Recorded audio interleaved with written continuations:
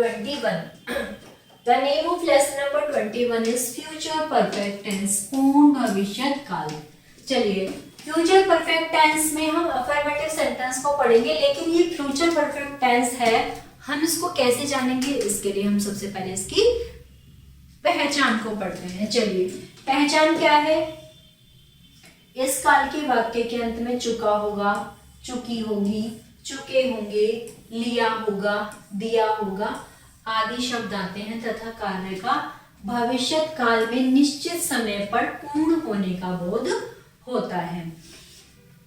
इसने क्या कहा कि इसमें चुका होगा, यानी कि कार्य पहले ही हो चुका होगा, चुकी होगी, चुके होंगे, इसके अंत में लिया होगा, दिया होगा आदि शब्द आते हैं.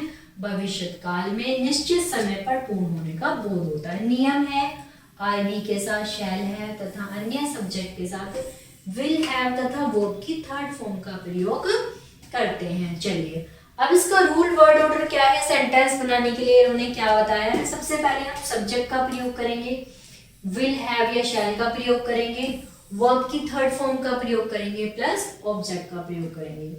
छवि अपना कार्य कर चुकी होगी, सब्जेक्ट क्या है यहाँ पर, छवि. Will have, shall have, singular की बात हो रही है तो विल हैव का प्रयोग करेंगे.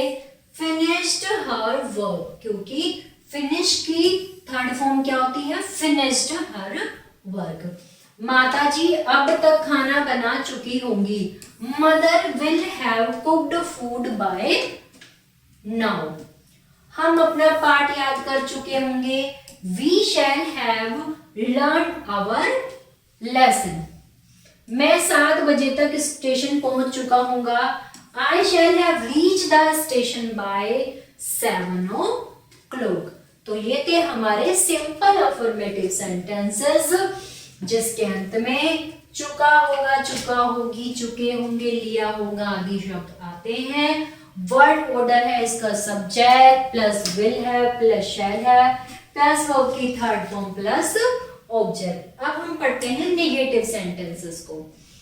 नेगेटिव सेंटेंसेस के लिए वर्ड ऑर्डर क्या होगा, subject plus will shell plus note have, verb की third form plus object.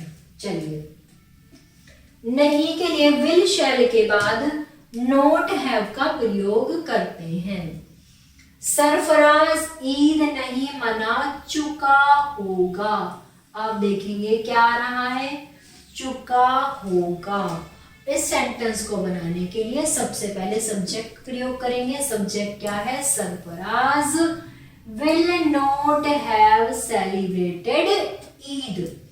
Surabhi प्रवेश नहीं ले चुकेगी, Surabhi will not have got admission.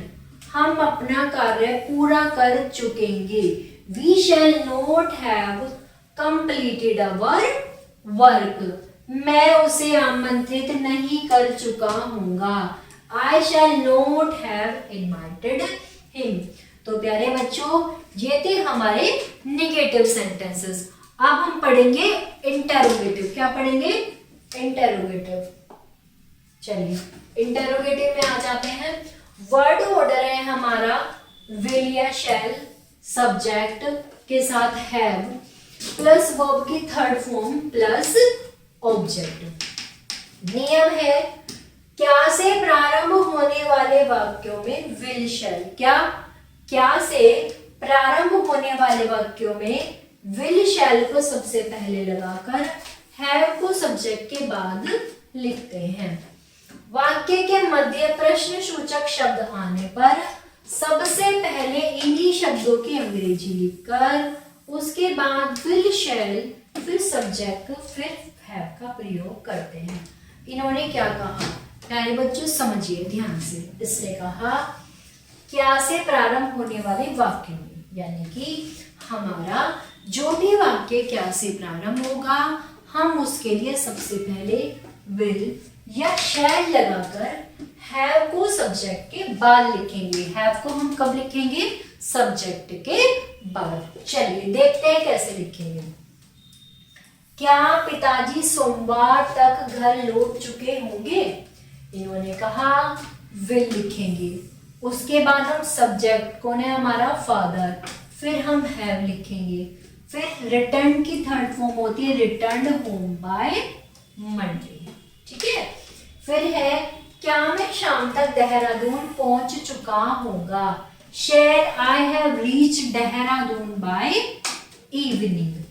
क्या हम रात्रि 9 बजे तक सो चुके होंगे, shall we have slept by 9 AM। वे अगस्त तक क्या सीख चुके होंगे, what will they have learn by August. तो ये क्या थे हमारे प्यारे बच्चों, इंटेरोगेटिव सेंटेंसेस। अफर्मेटिव सेंटेंसेस पढ़े हमने, नेगेटिव सेंटेंसेस पढ़े, और ये हमारे थे इंटेरोगेटिव सेंटेंसेस। आशा करती हूँ आप सभी को समझ में आया होगा। कोई भी समस्या है तो आप कमेंट बॉक्स में जरूर लिखें और वीडियो को लाइक करें। Thank you.